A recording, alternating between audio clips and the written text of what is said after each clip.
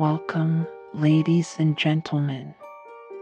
I am your guide through the depths of the subconscious, your curator of darkness, your storyteller of nightmares.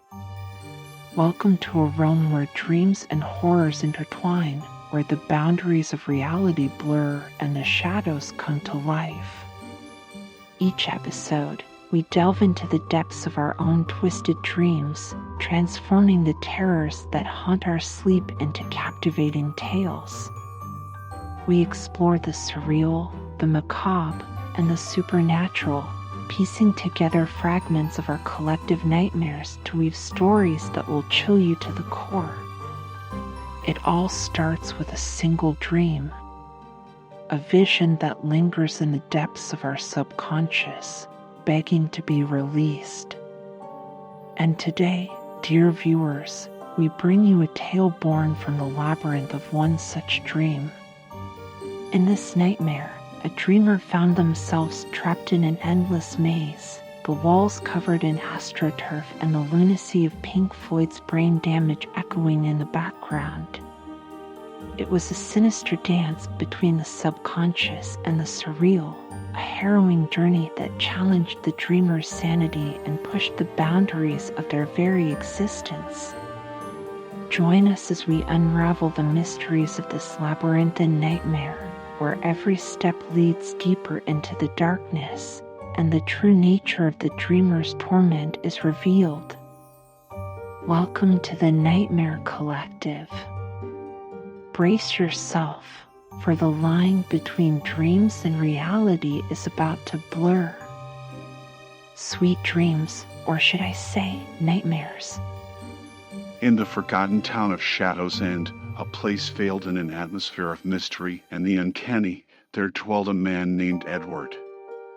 He was a figure shrouded in secrecy, his mind a labyrinth of enigmas and riddles. Days and nights blended together as Edward indulged in the cryptic tales that blurred the boundaries of reality and imagination, finding perverse pleasure in the twilight realms of the unknown. Legend whispered of a forgotten folklore surrounding Shadow's End, passed down through generations.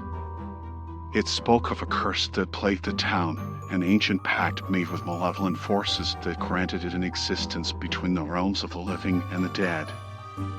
Those who dared to venture into its depths would be ensnared by its grasp, their souls forever entangled in the twisted fabric of its existence. One fateful night, as Edward succumbed to the embrace of slumber, his dreams transported him to a realm suspended between the tangible and the supernatural world.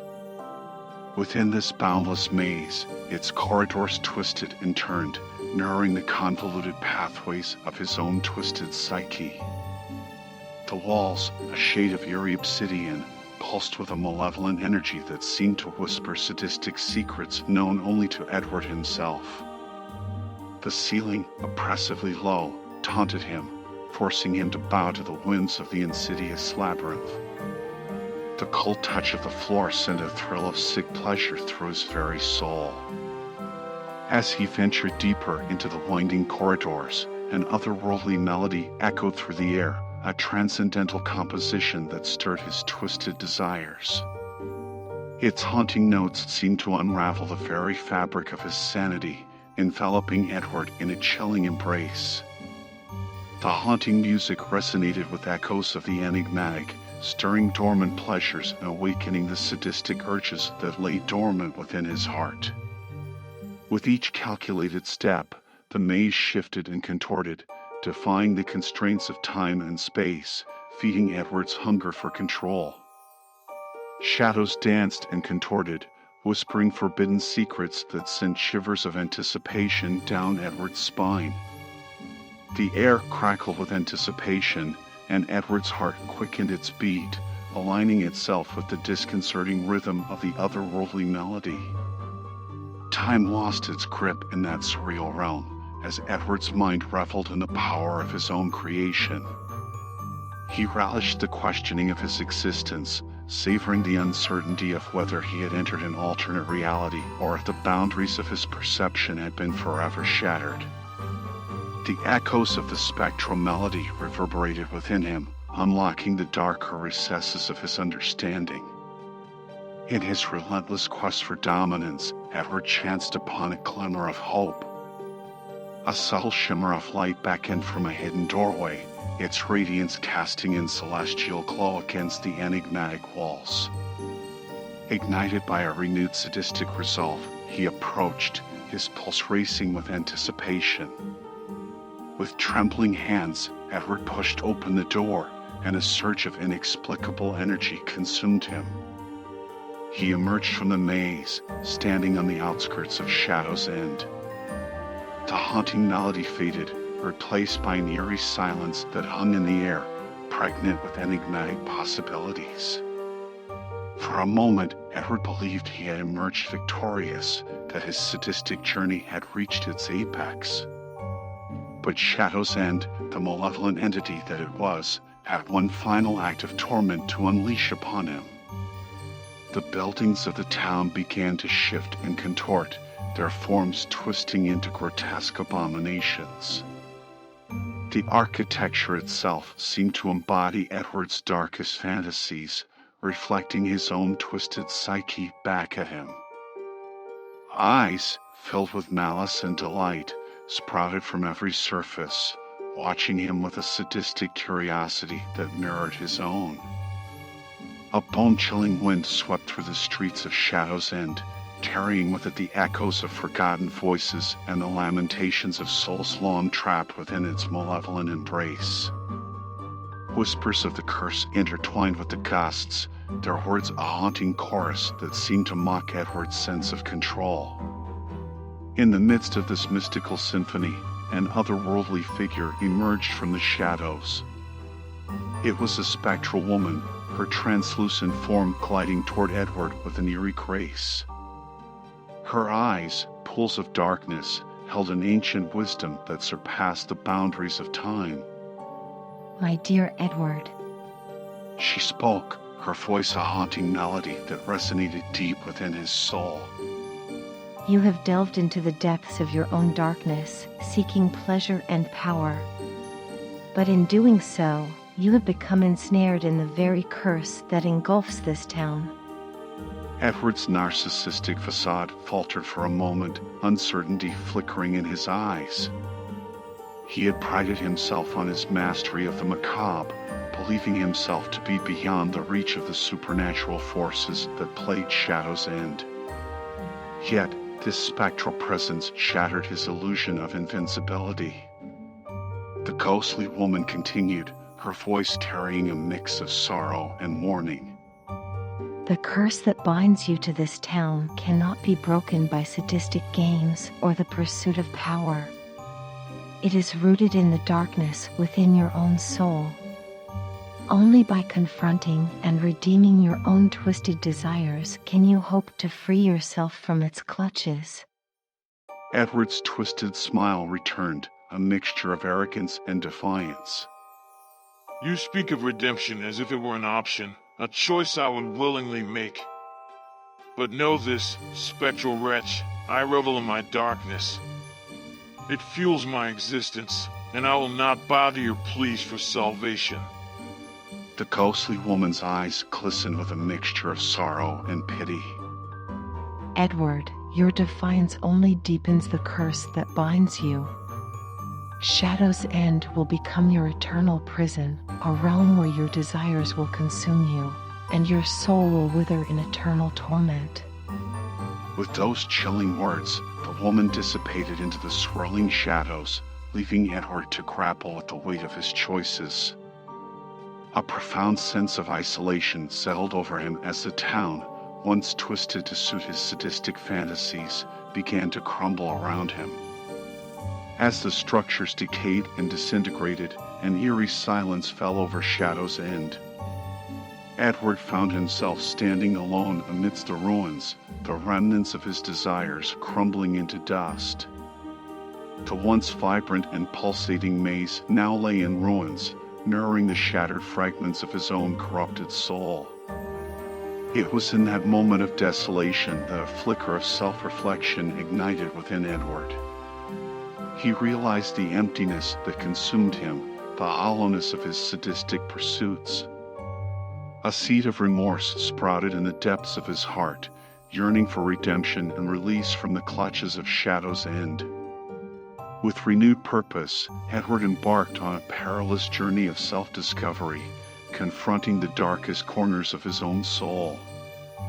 He sought out the ancient wisdom of folklore and delved into forgotten texts, desperate to unearth the key to his salvation. Guided by the flickering light of hope, Edward ventured deep into the heart of the cursed town, facing his own personal demons. Each step brought him closer to understanding the profound consequences of his actions, the pain he had inflicted upon others, and the depth of his own torment. Finally, at the nexus of his self-reflection, Edward discovered a sacred altar bathed in ethereal light. Carved with ancient symbols and adorned with offerings, it exuded a sense of divine power that transcended the town's curse. In a moment of clarity, Edward realized that the altar represented a chance at redemption, a glimmer of hope amidst the darkness.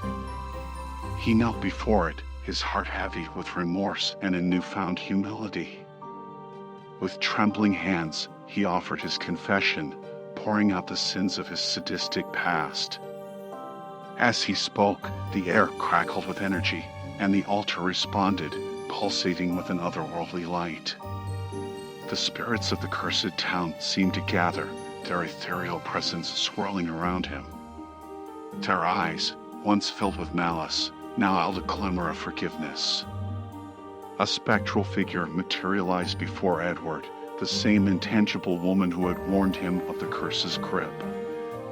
Her expression softened, and she extended a translucent hand towards him. Edward, you have taken the first step towards redemption. She said, her voice tinged with both sadness and hope. But know that the road ahead is treacherous, and true absolution can only be earned through genuine remorse and a commitment to change. Edward nodded, his eyes filled with a mixture of gratitude and determination. He pledged to unravel the webs of his sadistic desires, to make amends for the pain he had caused. The spirits, sensing his sincerity, began to fade into the shadows, their presence lingering as a reminder of the path he had chosen. Days turned into weeks, and weeks into months as Edward delved deeper into his personal journey of redemption. He sought out the victims of his sadistic games, offering apologies and assistance in any way he could. Some were reluctant to forgive, their wounds still fresh and raw. Others, touched by his sincerity, extended forgiveness, recognizing the transformation that had taken hold of Edward's once twisted heart. Shadow's End, too, began to change.